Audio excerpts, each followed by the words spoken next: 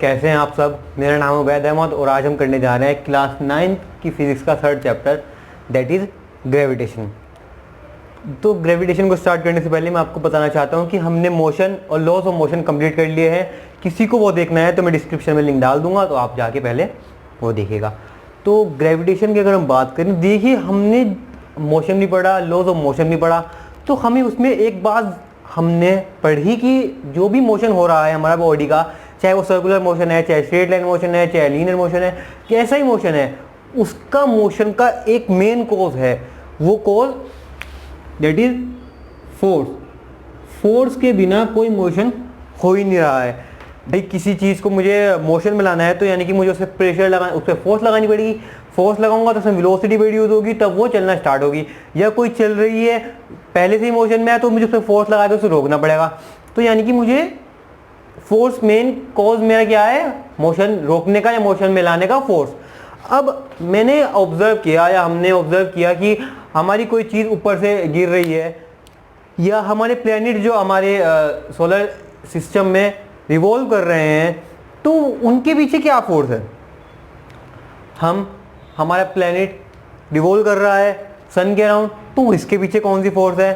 तो sir Newton ने इसकी फोर्स के बारे में बताया कि इस फोर्स का भी नाम है, उसका नाम है ग्रेविटेशनल फोर्स। इस ग्रेविटेशन से उसका नाम है ग्रेविटेशन फोर्स। ग्रेविटेशन को का भी है वर्ड, ग्रेविटेशन होता है, it is the phenomena of attraction, phenomena of attraction between two bodies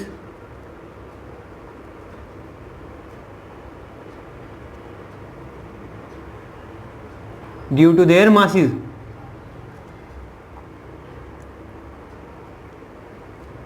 masses की वजह से लगने वाली force of attraction between to masses, force of attraction लगना क्या कहलाता है, उस फिनोमिना को हम ग्रेविटेशन कहते हैं। It is the phenomena of acting force of attraction between two bodies due to their masses. दो बॉडीज के बीच में फोर्स ऑफ अट्रैक्शन लगना उनके मासिस की वजह से क्या कहलाता है, वो फिनोमिना ग्रेविटेशन। तो यानी कि हर वो चीज जिसके पास मास होगा वो एक दूसरे को अट्रैक्ट करेंगे।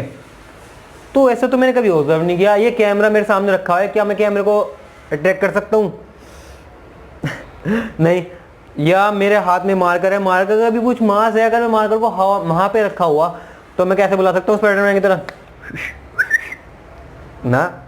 तो ऐसा क्या है कि हम क्यों नहीं अट्रैक्ट कर पाते हैं। जब एक बार सर इसाक न्यूटन ट्री के नीचे बैठे थे तो उनके ऊपर एक एप्पल गिरा। अब उन्होंने कहा ये एप्पल क्यों गिरा, तो उन्होंने दिमाग लगाया, उन्होंने कहा कि अर्थ अट्रैक्ट कर रही है उस एप्पल को। तो उन्होंने फिर सोचा क्या एप्पल नहीं अट्रैक्ट कर सकता सन को, उसको, अर्थ को। अगर ऐसा है तो हमें तो कहीं महसूस नहीं होगा कि हम ऊपर जा रहे हैं एप्पल के पास, हम ट्री के पास पहुंच रहे हैं। तो मासीज एक दूसरे को अट्रैक्ट तो करते हैं, मगर चलती किसकी है, बड़े वाले की।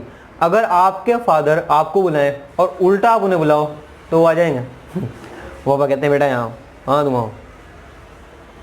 बड़े कौन है, वो वजूद किनका बड़ा है उनका, ऐसे ही सुननी चाहिए। मगर जाएंगे भी तो उनके पास ही, वो तो हमारे पास नहीं आएंगे, तो हमें जाना पड़ेगा उनके पास। तो ऐसे ही अगर हम सेकंड लॉ भी देखें न्यूटन का, न्यूटन के सेकंड लॉ क्या कह रहा है, force is directly proportional to mass into acceleration. ये है ना second law, mass into acceleration. या यहाँ पे फोर्स डायरेक्टली प्रोपोर्शनल हो रहा है मास के, फोर्स डायरेक्टली प्रोपोर्शनल आ रहे हैं मास के। तो अगर मैं मास ऑफ एप्पल देखूं यहाँ पे और मास ऑफ अर्थ देखूं, तो मास ऑफ अर्थ या मास ऑफ एप्पल में से किसका मास ज्यादा है। ऑब्वियस सी बात है, मास ऑफ अर्थ तो बहुत ज्यादा है एप्पल से। तो जब मास ऑफ अर्थ एप्पल से ज्यादा है तो फोर्स ज्यादा होगी अर्थ की, अर्थ ज्यादा फोर्स लगाएगी फोर्स ऑफ एप्पल के मुकाबले, क्योंकि फोर्स डायरेक्टली प्रोपोर्शनल है मास के। तो जब मास अर्थ का ज्यादा है तो फोर्स भी अर्थ ज्यादा लगाएगा, तो इसलिए अर्थ खींच लेता है। यही रीजन है कि मैं कैमरा को अट्रैक्ट नहीं कर पाता हूं, जबकि मास कैमरे का भी है, मास मेरा भी है, मगर मैं इस कैमरे को अट्रैक्ट नहीं कर पाता हूं क्योंकि उस पर दो फोर्सेस लग रही हैं। ये अगर कैमरा है, मेरे पास जो कैमरा रखा है, इस पे दो फोर्सेस काम कर रही हैं। एक नीचे की तरफ अर्थ की फोर्स, जो अर्थ फोर्स लगा रही है, और ये सामने की तरफ जो मैं खड़ा हूँ मी।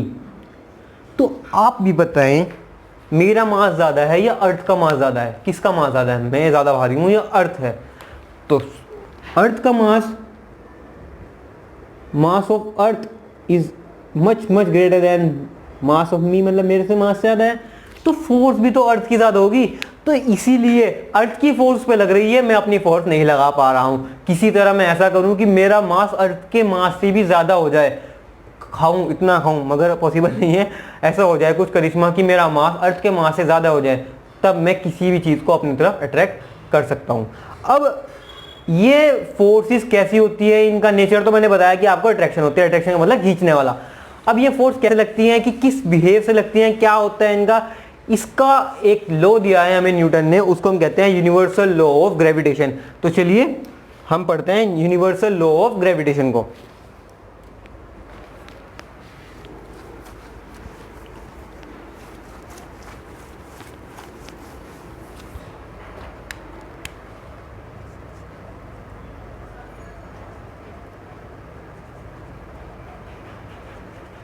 Universal law of gravitation. अब इसके आगे यूनिवर्सल क्यों लिखा है? हमने और भी लॉ पढ़ा है, उसके आगे तो यूनिवर्सल नहीं लिखा। ये यूनिवर्सल ये इसलिए है क्योंकि ये यूनिवर्स पूरे ब्रह्मांड में, हमारी अर्थ पे नहीं, पूरे ही यूनिवर्स में, हर जगह हमारे स्पेस में ये एप्लीकेबल है। तो ये क्या कहता है, ये लॉ कहता है force of attraction, force of attraction between two bodies, the force of attraction between two bodies due to their masses, the force of attraction between two bodies, force of attraction, force लगने वाली दो bodies के बीच में उनके masses की वजह से is directly proportional, is directly proportional to product of their masses, directly proportional होगी product of their masses and inversely proportional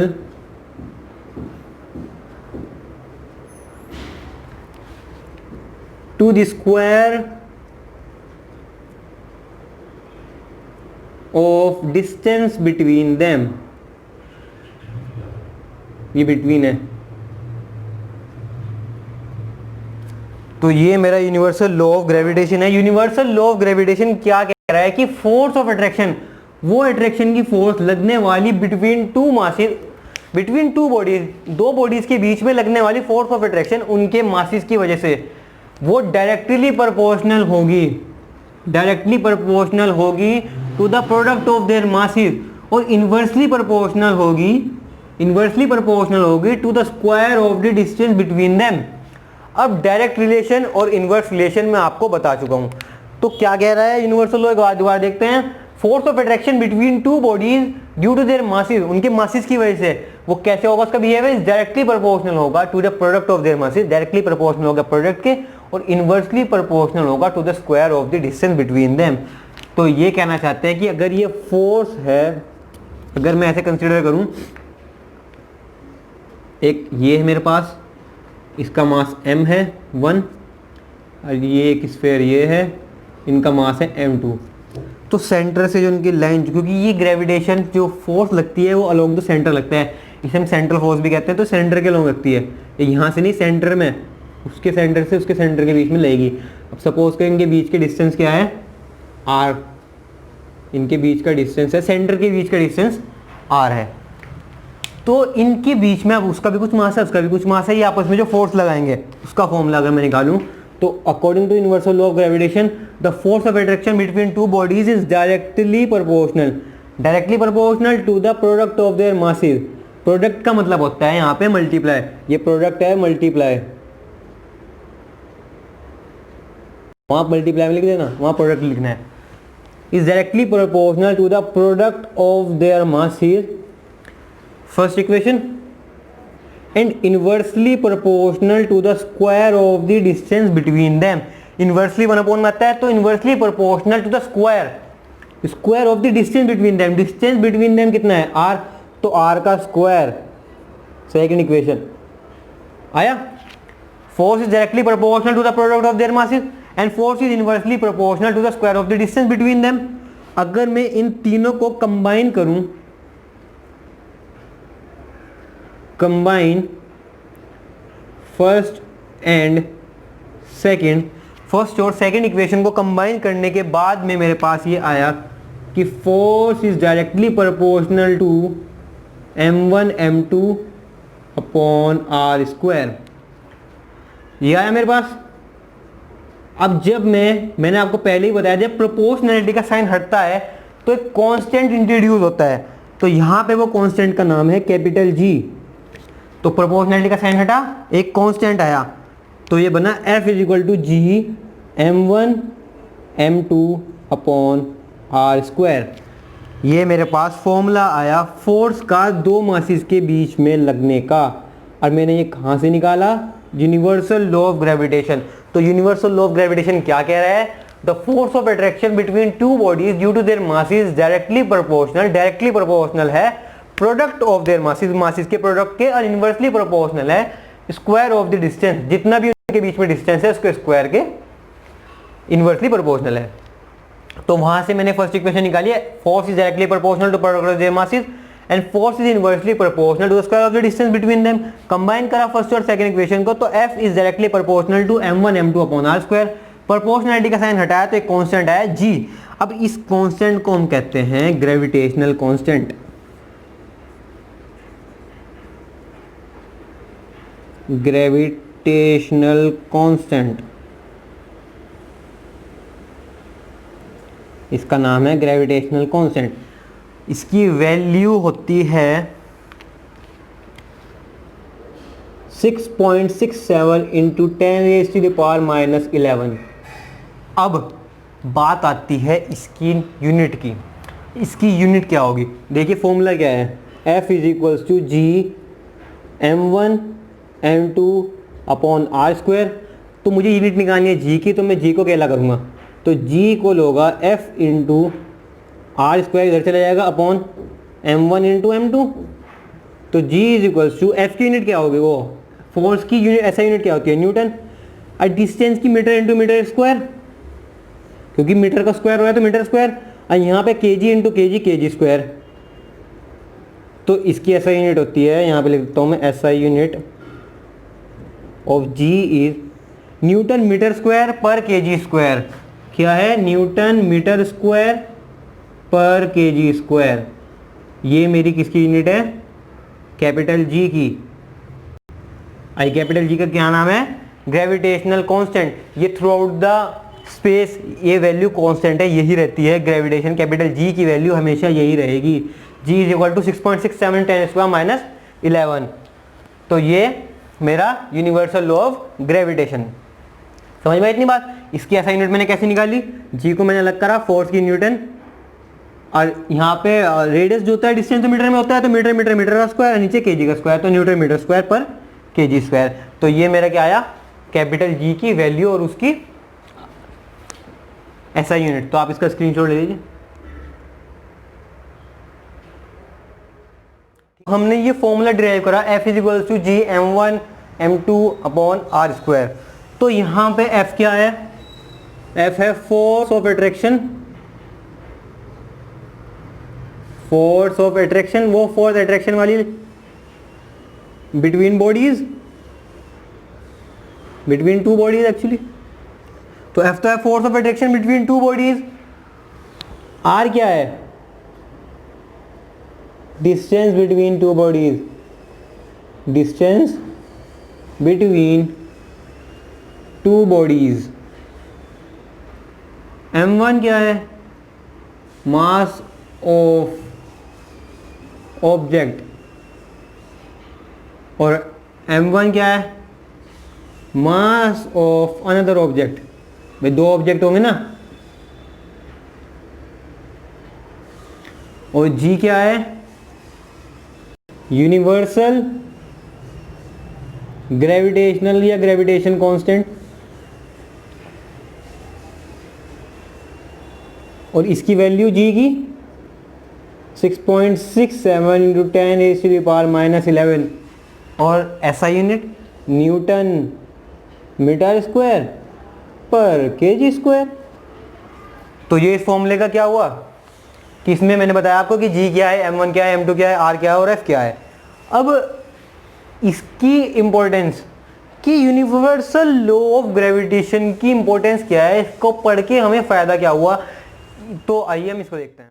तो क्या है importance universal law of gravitation पढ़ने का। आपने पढ़ लिया, आपकी किसी फ्रेंड ने नहीं पढ़ा, तो आपने जाएगा तेरे भाई ने तो यूनिवर्सल लॉ ऑफ ग्रेविटेशन पढ़ लिया, तो किसी दोस्त ने कहा क्या पढ़ लिया, क्या उखाड़ तुमने पढ़ के, मुझे बता मैंने नहीं पढ़ा, मेरा तो नुकसान नहीं हुआ, तीन पढ़ के तेरा क्या फ़ायदा हुआ। अच्छा रुक, अभी फ़ायदा बताता हूँ तुझे कि मैंने इंपॉर्टेंस मेरा पढ़ के मेरा यूनिवर्सल लॉ ऑफ ग्रेविटेशन मेरा फ़ायदा क्या हुआ। तो सबसे पहले universal law of gravitation explain several phenomena successfully, इसने कुछ फिनोमिना सक्सेसफुली एक्सप्लेन करे जो पहले हमें अनकनेक्टेड लगते थे, जिनके बारे में हमें पता नहीं था सही से, हम उनसे ऐसे ही सोचते थे कि ये अनकनेक्टेड थे एक दूसरे से। तो सबसे पहले उसने बताया forces that bind earth with us, हम अर्थ पे खड़े हैं तो हम किस फोर्स के लगने की वजह से खड़े हैं, ये किसने बताया हमें, यूनिवर्सल लॉ ऑफ ग्रेविटेशन। अपने दोस्त को बता देना, बोलती one. Second, motion of the moon around the sun, कि मून जो है हमारे सन के अराउंड कैसे घूम रहा है, क्यों घूम रहा है, वो भी इसकी वजह से। देखिए हमारा मोशन जो मून जो मोशन करता है सन के हमारी अर्थ के अराउंड, वो इलेप्टिकल ऑर्बिट में करता है। ये बीच में अर्थ होती है और ये यहाँ पे मून। अब ये जो मून रोटेट कर रहा है तो कौन सी फोर्स इसे काम कर रही है, यहाँ पे ग्रेविटेशन फोर्स तो है। अब ग्रेविटेशन फोर्स है कि अर्थ लगा रही है मून के ऊपर। तो कभी आपने ऐसा किया होगा कि आपने किसी कोई रस्सी में आपने डला बांधा और उसे घुमाया ऐसे, तो क्या वो सीधा घूमता है, ऐसे जाता है ना, वो ऐसे घूमता है, वो भी इलेक्ट्रिकल ऑर्बिट बनाता है या सर्कुलर बनाता है। तो यानी कि वो फोर्स तो हम कहाँ पे लगा रहे हैं, हम तो सेंटर पे खड़े हैं और वो हमारे चारों तरफ घूम रहा है, तो यानी कि वो सेंटर की तरफ फोर्स लग रही है जब हम उसे रस्सी को ऐसे घुमाते हैं पकड़ के। तो अगर मेरे पास यहाँ पे कुछ चीज़ नहीं है, मैं घुमाऊँ अगर उसे ऐसे पकड़ के, तो वो ऐसे घूमेगा। तो यहाँ पे अर्थ जो फोर्स लगा रही है मून के ऊपर, वो सेंटर की तरफ लग रही है फोर्स, सेंटर की तरफ फोर्स लग रही है, तो उसे हम फोर्स को नाम देते हैं सेंट्रीपिटल फोर्स।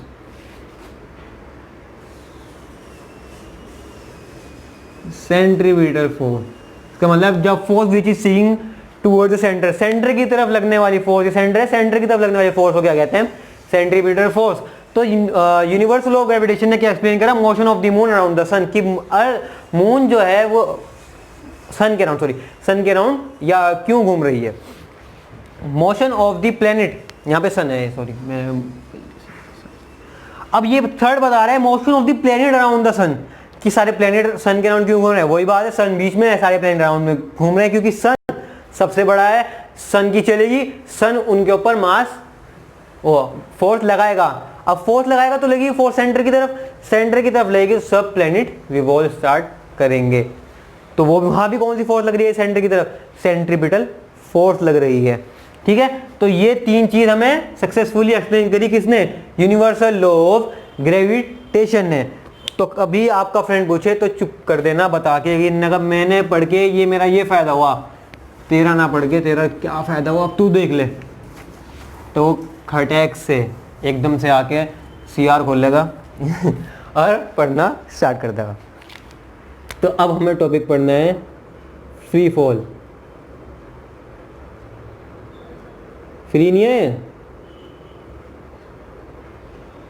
फ्री की चीज खोल के आगे खुल गई। देखिए फ्री फॉल, अगर मैं किसी बॉडी को ड्रॉप करता हूँ किसी हाइट से, तो वो अर्थ के सरफेस की तरफ अट्रैक्ट होती है, ये मारकर।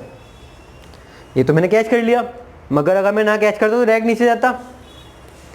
ये क्यों आ रहा है नीचे, ये हवा में क्यों रुक रहा, भाई चले जा, क्यों आता है हवा नीचे, क्योंकि अर्थ इसके ऊपर क्या लगा रही है, फोर्स ऑफ अट्रैक्शन। तो मुझे वो फोर्स ऑफ अट्रैक्शन निकालनी है। अब तो अगर मैं उस यूनिवर्सल लॉ लगा सकता हूँ उस पर, यहाँ लगा सकता हूँ, फोर्स इज इक्वल टू जी। जी की वैल्यू पता है, m1 मास का मार्कर, m2 अर्थ का मास अपॉन उनके बीच का डिस्टेंस। अब अगर इतना डिस्टेंस लूंगा मैं तो अर्थ के रेडियस से, क्योंकि अर्थ के सेंटर से होगा सब डिस्टेंस, तो वो हमें, मैं इसको बाद अगली फोर्स कैलकुलेट कर लूंगा। तो यानी कि वो जो फोर्स जो इसे नीचे ला रही है वो क्या है, ग्रेविटेशनल फोर्स। तो जब भी कोई बॉडी जब भी कोई बॉडी नीचे आए, ऊपर से नीचे फॉलिंग होती हो और उसके ऊपर सिर्फ ग्रेविटेशनल फोर्स लगती हो, तब वो body is said to be free fall. तब वो बॉडी क्या कहलाती है, फ्री फॉल। अब बॉडी किसी हाइट से नीचे आ रही है, सपोज करने ये ग्राउंड है और ये वो ऑब्जेक्ट है, तो जब वो आ रहा है उसमें सिर्फ यहाँ पे ग्रेविटेशनल फोर्स लग रही है, तब वो क्या कहलाएगी, फ्री फॉल। तो वो क्या कहलाएगा, फ्री फॉल। अब फ्री फॉल करते हुए जब बॉडी नीचे आएगी तो उसकी क्या चेंज होगी, वेलोसिटी क्या उसकी चेंज होगी। मैं आप लोगों से क्वेश्चन पूछता हूं, क्या उसकी वेलोसिटी चेंज होगी, वेलोसिटी क्या उसकी चेंज होगी, सोच के बताएं। वेलोसिटी चेंज होगी भाई, स्पीड तो होगी, स्पीड तो बढ़ती रहेगी नीचे आते तक, वेलोसिटी तो सर ये क्या है। अब मैं आपको पहले बता चुका हूँ मोशन चैप्टर में, जिसने नहीं देखा तो प्लीज़ जाके देखें स्केलर और वेक्टर क्वांटिटीज़ के बारे में। तो मैंने आपको बताया कि वेलोसिटी मेरी वेक्टर क्वांटिटी है, वेलोसिटी मेरी वेक्टर क्वांटिटी है। और वेक्टर क्वांटिटी के पास तो दो चीज़ें होती हैं, एक उसका मैग्नीट्यूड, मैग्नीट्यूड यानी कि उसकी वैल्यू, और एक उसकी डायरेक्शन, मैग्नीट्यूड और डायरेक्शन। इसमें से एक भी चीज़ हिली, बढ़ी या घटी, वेलोसिटी के ऊपर फर्क पड़ेगा। मेरे दो हाथ हैं, मेरे दोनों हाथ से एक भी हाथ मेरा अगर किसी ने कुछ भी मारा तो मेरे फर्क पड़ेगा। मैग्नीट्यूड चेंज कर दूं, डायरेक्शन चेंज कर दूं, तो वेलोसिटी चेंज होगी। यहाँ से ऊपर से नीचे आ रही है, डायरेक्शन तो चेंज नहीं हो रही है बट स्पीड इंक्रीज हो रही है उसकी, तो यानी कि उसकी वैल्यू, उसका मैग्नीट्यूड चेंज हो रहा है, तो यानी कि वेलोसिटी चेंज हो रही है। तो यानी कि यहाँ पे वेलोसिटी चेंज है। अब वेलोसिटी चेंज है तो याद करें एक्सेलरेशन की डेफिनेशन। एक्सेलरेशन होता था change in velocity, change in velocity per unit time. अब जब चेंज इन वेलोसिटी हो रहा है तो यानी कि यहाँ पे एक्सेलरेशन भी प्रोड्यूस हो रहा होगा। फिर से बताता हूँ, बॉडी फ्री फॉल हो रही है, फ्री फॉल होते हुए उसकी डायरेक्शन नहीं चेंज हो रही है, उसका मैग्नीट्यूड चेंज हो रहा है।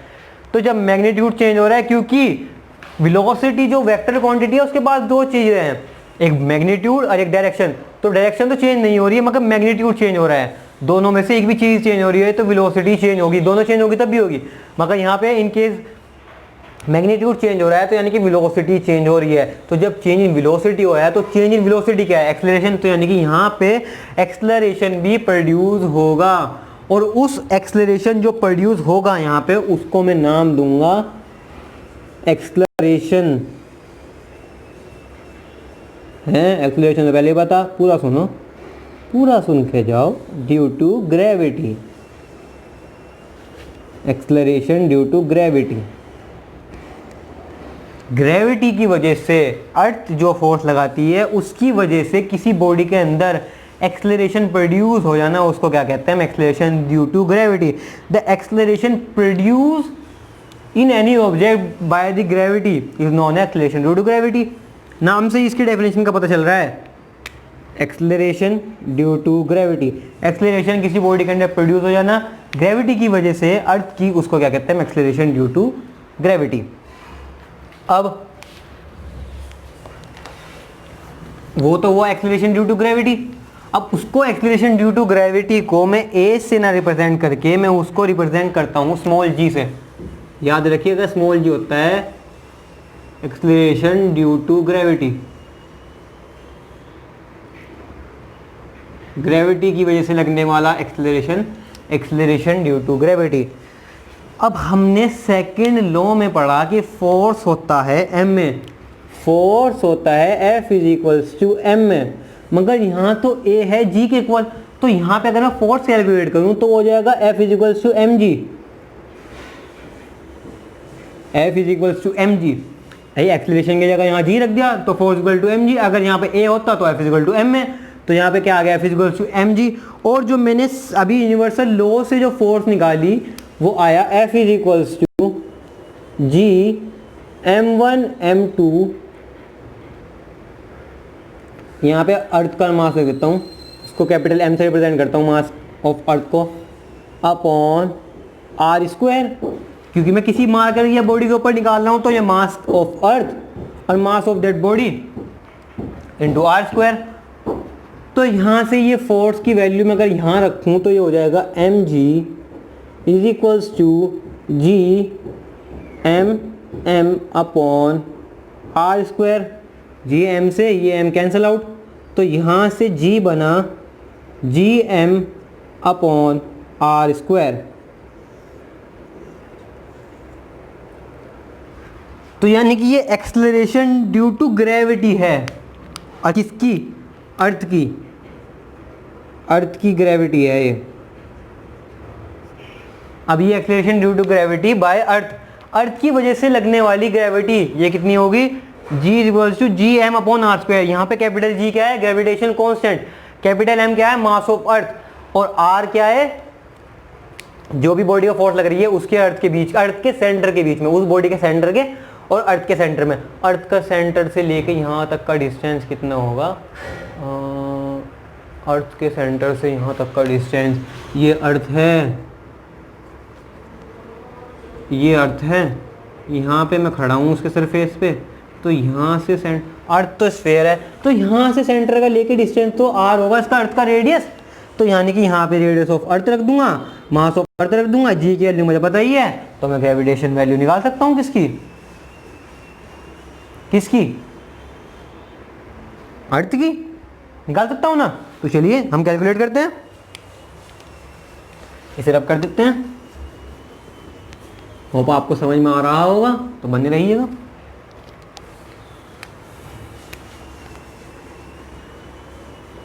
तो स्मॉल जी की वैल्यू जहाँ तक मैंने पता है, जी मास ऑफ अर्थ, अगर मैं अर्थ की निकाल रहा हूँ तो रेडियस ऑफ अर्थ का स्क्वायर।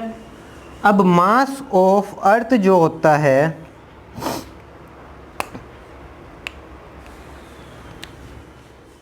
अर्थ जो होता है 6 इंटू 10⁻24 किलोग्राम, मैंने आपके न्याय सेंटीमीटर दे रखा है, कभी कहो सर को कहाँ से पता चल गया। रेडियस ऑफ अर्थ, अर्थ का रेडियस होता है 6 इंटू 10⁻6 मीटर, किलोमीटर, और कैपिटल जी की वैल्यू हमें बताइए 6.67 इंटू 10⁻⁻11 न्यूटन मीटर स्क्वायर पर केजी स्क्वायर। ठीक है, इतनी बात हम सबको पता है, ठीक है, ये केजी। तो ये सब वैल्यू मैं यहाँ पे रखूँगा तो मेरे पास स्मॉल जी की वैल्यू आएगी, अप्रॉक्स वैल्यू वो आएगी 9.8 मीटर पर सेकंड स्क्वायर। आपको कैसे पता, इसकी ऐसा यूनिट मीटर पर सेकंड स्क्वायर होगी, ये कैसे लिख दिया आपने, क्योंकि ये एक्सेलरेशन है और एक्सेलरेशन की ऐसा यूनिट मीटर पर सेकंड स्क्वायर होती है, तो ये भी एक्सेलरेशन है, इसकी भी ऐसा यूनिट मीटर पर सेकंड स्क्वायर ही होगी। तो ये चीज़ें हमें बहुत इंपॉर्टेंट याद रखनी है कि मास ऑफ अर्थ जो होगा वो होगा 6 × 10⁻24 kg, radius of earth 6 × 10⁻6 kg, radius of earth kilometre, KG लिख दिया वहाँ पर गलती से, रेडियस छोड़ना केजी में होगा, और gravitation constant 6.67 10⁻11 newton metre square पर केजी स्क्वायर। तो यहाँ से ये सब वैल्यू यहाँ पे रखने के बाद मेरे पास जी की वैल्यू आई 9.8 मीटर पर सेकंड स्क्वायर। अब ये इतना स्क्रीनशॉट ले लीजिएगा।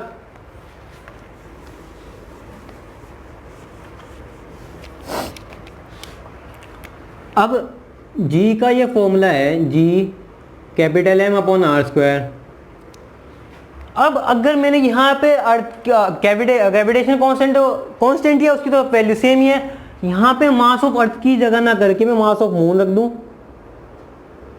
रेडियस ऑफ मून का स्क्वायर कर दूं, तो मेरे पास तो ग्रेविटेशन मून की आ जाएगी ना। अब मैंने वो जब साइंटिस्ट ने हमारे मास ऑफ मून रखा, रेडियस ऑफ मून का स्क्वायर करके जब ये कैलकुलेट करा, तो वो मुझे पता चला कि gravitation acceleration due to gravity जो मून की है वो 1/6 है acceleration due to gravity on earth के। अर्थ की ग्रेविटी के 1/6 है मून की एक्सेलरेशन ड्यू टू ग्रेविटी। ये बात याद रखिएगा, acceleration due to gravity moon की 1/6 है acceleration due to gravity by earth के। समझ में आई कि मास और gravitation on moon is 1/6 on earth की जो भी मून पे ग्रेविटी होगी वो 1/6 होगी। अर्थ की जितनी भी है 9.8 है, तो उससे 60 डिवाइड करने के बाद जो भी वैल्यू आएगी वो मून की होगी एक्सेलरेशन ड्यू टू ग्रेविटी। अब मैं इसकी जगह मून का मास ना रखी जुपिटर का मास रखूँ, रेडियस ऑफ जुपिटर रखूँ, तो मेरे पास जुपिटर की भी ग्रेविटी आ सकती है, तो मैं किसी की भी निकाल सकता हूँ। मेरे पास एक जनरल फॉर्मूला है G equals to capital G m/r²। Small g क्या है एक्सेलरेशन ड्यू टू ग्रेविटी और कैपिटल G क्या है ग्रेविटेशनल कांस्टेंट। इसके बीच में कंफ्यूज मत हो जाना, small g acceleration due to gravity और capital G universal gravitation constant. Mass जिसका भी आप निकालना चाहते हैं उसका मास, और रेडियस जितना भी उसका रेडियस होगा उसका रेडियस। अब मुझे डिफरेंस देखना है मास और वेट के बीच में। बहुत सुना है हमने भाई कहीं पे मास आया कहीं पे वेट आया, तो फ्री फॉल की डेफिनेशन भी अगर आपको लिखनी हो है, when the object is falling from at height and coming toward the surface of the earth under the action of gravitational force only, then the body is said to be free fall. अब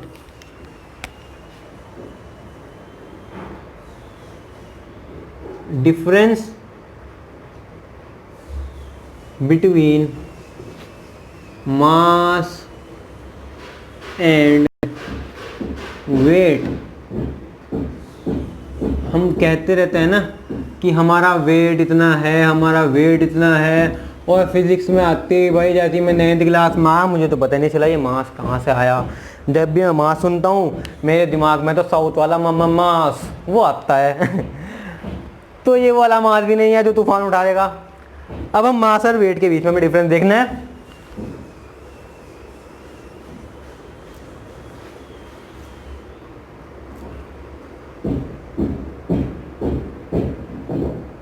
मास and wait.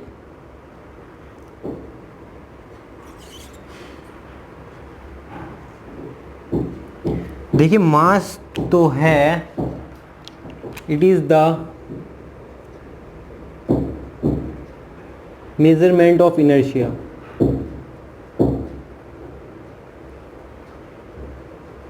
Mass is the measurement of inertia. Mass तो measurement of inertia है। और second point, मास जो होता है constant होता है। It is always, always क्या मतलब हर जगह कांस्टेंट। यहाँ पे जो मेरा मास है, चांद पे चला जाऊँ, जुपिटर पे चला जाऊँ, मार्स पे चला जाऊँ, सन पे तो मैं जाने से रहा, वहाँ तो मैं जाके रह भी नहीं पाऊँगा, तो कहीं भी चले जाऊँ वहाँ पे मेरा मास जो यहाँ पे है वो वहीं पे ही रहेगा। वेट एक अनोखी चीज़ है। अब मेरा वेट यहाँ पे सपोज करें 50 kg है, तो वो 50 kg मेरा वेट मास नहीं है। Weight is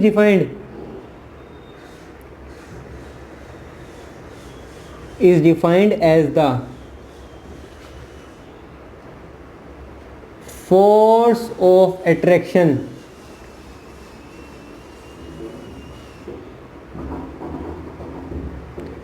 exerted by earth on us। हमारे ऊपर जो फोर्स लगा रही है अर्थ, भाई मेरे पास भी तो कुछ मास है। अब मास जो है मेरे पास, अर्थ भी मेरे ऊपर कुछ मास लगा रही है और फोर्स लगा रही है, तो जो वो फोर्स मेरे ऊपर अर्थ लगा रही है उसकी वजह से मैं नीचे की तरफ हूँ, तो वही मेरा वेट है। Weight is nothing just a force of attraction exerted by the earth on us. मेरा जो 50 kg वजन है, मेरा जो 50 kg वेट है, वही इतनी ही फोर्स अर्थ मेरे ऊपर लगा रही है। अब अगर मेरा वेट 50 kg है, वो 50 kg 5 नहीं 50, वो 50 kg अर्थ लगा रही है, तो यानी कि फोर्स लगा रही है। फोर्स का फॉर्मूला कितना होगा? mg। ये है फोर्स का फॉर्मूला mg। अब मुझे अपना वेट, ये फोर्स ही वहाँ पे वेट हो जाती है, वो फोर्स ही वेट हो जाती है। तो अगर मुझे वेट निकालनी पड़े, कोई कहे मुझे अपना वेट निकाल, तो वही मुझे फोर्स निकाल लूँगा जो अर्थ मेरे ऊपर लगा रही है। कितना? मेरा mass into multiply by acceleration due to gravity. जिस भी प्लैनेट में मुझे अपना वेट निकालना है, तो वो कितनी है? अर्थ की। तो ये मेरा वेट हो जाएगा। अब कोई कहे कि तुम्हें मास निकालना है अपना, तो मास कैलकुलेट करने के लिए मैंने वेट मशीन में अपना वेट देखा 50 kg। अब मैंने 50 kg अपना वेट निकाला, तो यहाँ पे मैं रख दूंगा 50। मास मुझे निकालना है। अब मुझे पता है एक्सेलरेशन ड्यू टू ग्रेविटी 9.8 है, तो मास आ जाएगा यहाँ से 50 डिवाइडेड बाय 9.8। तो अगर मैं अपने मास को एक्सेलरेशन ड्यू टू ग्रेविटी जिस भी प्लैनेट में मुझे अपना मास निकालना है, सपोज करें मैं अर्थ पे निकाल लूँ अपना मास, तो अर्थ की acceleration due to gravity 9 point है, तो मैं इसको इससे डिवाइड करने के बाद जो भी वैल्यू आएगी वो मेरा क्या होगा? मास। और वो मेरा हर जगह कांस्टेंट रहेगा, यहाँ पे भी, अर्थ पे भी, मून पे भी, जुपिटर पे भी, वीनस पे भी, हर जगह मेरा मास कांस्टेंट रहेगा, यही रहेगा। और अगर मुझे मेरा मास पता चल गया, सपोज करें यहाँ से मेरा मास हैश आया, तो मुझे अपना वेट निकालना है किसी भी प्लेनेट पे। सपोज करें मुझे निकालना है मून पे मेरा वेट, तो मुझे एक बात तो पता थी, कि gravitational acceleration due to gravity moon की 1/6 है acceleration due to gravity earth के। ये बात तो मुझे पता है। तो मैं क्या करूँगा? मास मेरा मुझे पता है, हैश है, सपोज कर हैश निकाला था जब भी मैंने, हैश ना करके एक्स निकाल लिया। यहाँ पे सपोज करें एक्स आया था यहाँ पे, तो एक्स रखा। और एक्सेलरेशन ड्यू टू ग्रेविटी जो मून पे होगी वो 1/6 तो होगी acceleration due to gravity earth की, 1/6 acceleration due to gravity earth की। तो मैं कैसे लिख सकूँ? Weight is equals to x gravitation due to earth upon 6। तो अगर इतना देखा जाए, ये मास ही तो है मेरा, तो ये तो वही फॉर्मूला बन रहा है। तो यानी कि वेट ऑन मून जो होगा मेरा, वो 1/6 तो होगा वेट अर्थ पे। मून की ग्रेविटी अर्थ की ग्रेविटी से 1/6 है। तो अगर मेरा अर्थ पे मास 50 है, तो मून पे 50/6 होगा। कितना हो जाएगा? वो 8 पॉइंट समथिंग मेरा वो मास और वेट हो जाएगा। समझ गए? तो ये डिफरेंस है बिटवीन मास एंड वेट। तो mass is the measurement of inertia, mass always constant, और weight is nothing, is just a defined is just a force of attraction exerted by the earth on us, कि earth हम पे कितनी force लगा रही है, ये हमारा क्या होगा? वेट वही फोर्स जो अर्थ लगा रही है, फोर्स कितनी लगा रही है? mg, तो वही वेट में हो जाएगा। तो मास मेरा और अर्थ की ग्रेविटी तो वो निकल जाएगी। अब मुझे अगर मून पे निकालना है, ये मून पे निकाल रहा हूँ मैं, ये तो अर्थ पे निकाली मैंने, ये अगर मैं मून पे निकालूं, तो मून पे जितने मेरा मास जो होगा वो मैं निकाल चुका हूँ। 1/6 तो होगी मून पे ग्रेविटी अर्थ के हिसाब से, तो इतनी तो वैल्यू आ गई मेरी, ये उसके 1/6। तो यानी कि इतनी वैल्यू तो मेरा वेट जो अर्थ पे है वही उससे निकल जाता है। तो वेट को जो अर्थ पे है उसको 6 से डिवाइड कर दो तो मेरा वेट मून पे आ जाएगा। तो ये भी बात ध्यान रखना, इसका स्क्रीनशॉट ले लीजिएगा आप 1 2 3 को। तो कुछ इंपॉर्टेंट फॉर्मूले जो हमने पढ़े उसको हमें याद रखने तो पड़ेंगे भाई। सबसे पहला हमने पढ़ा यूनिवर्सल ऑफ ग्रेविटेशन से कि force is equals to G m1 m2 upon R square, पहला फॉर्मूला। दूसरा फॉर्मूला पढ़ा हमने कैपिटल जी का, f into R square upon m1 m2। Third formula मैंने किसका पढ़ा? एक्सेलरेशन ड्यू टू ग्रेविटी का, g is equals to capital G m upon R square. फिर मैंने देखा कि acceleration due to gravity on moon जो होगी वो 1/6 होगी acceleration due to gravity on earth के। तो यहाँ से मुझे एक और बात पता चली कि वेट जो होगा, वेट का फॉर्मूला होता है mg, और वेट जो मेरा मून पे होगा, मून पे जो मेरा वेट होगा वो 1/6 होगा जो मेरा वेट अर्थ पे होगा। तो ये सब मेरे इंपॉर्टेंट फॉर्मूलाज हैं, इसको आप अच्छे से याद करें। रटने का कुछ नहीं है, मैं रटना कुछ नहीं है, मैंने एक भी चीज़ आपको नहीं रटाई, बस कुछ वैल्यूज़ हैं वो भी मैं लिख देता हूँ। कैपिटल जी की वैल्यू 6.67 10⁻⁻11 वैल्यू, ऐसा यूनिट मैं आपको बता चुका हूँ, न्यूटन मीटर स्क्वायर पर KG square. Radius of earth 6 × 10⁻6 kilometre. Mass of earth 6.6 × 10⁻24 kg। वैसे ये वैल्यू आपको गिवन होंगी सब पेपर में, तो ये पुट करें आप, जो भी निकालने हैं आपको वहाँ पे निकाल लें। तो यहाँ पे हमारा ग्रेविटेशन कंप्लीट होता है। अब हमारा रह गया फ्लोटेशन। फ्लोटेशन जो है लिक्विड के बारे में पढ़ना है। तो please if you like the videos please like share and subscribe. अब इसके बाद नेक्स्ट पार्ट में हम करेंगे अपना फ्लोटेशन। Thank you.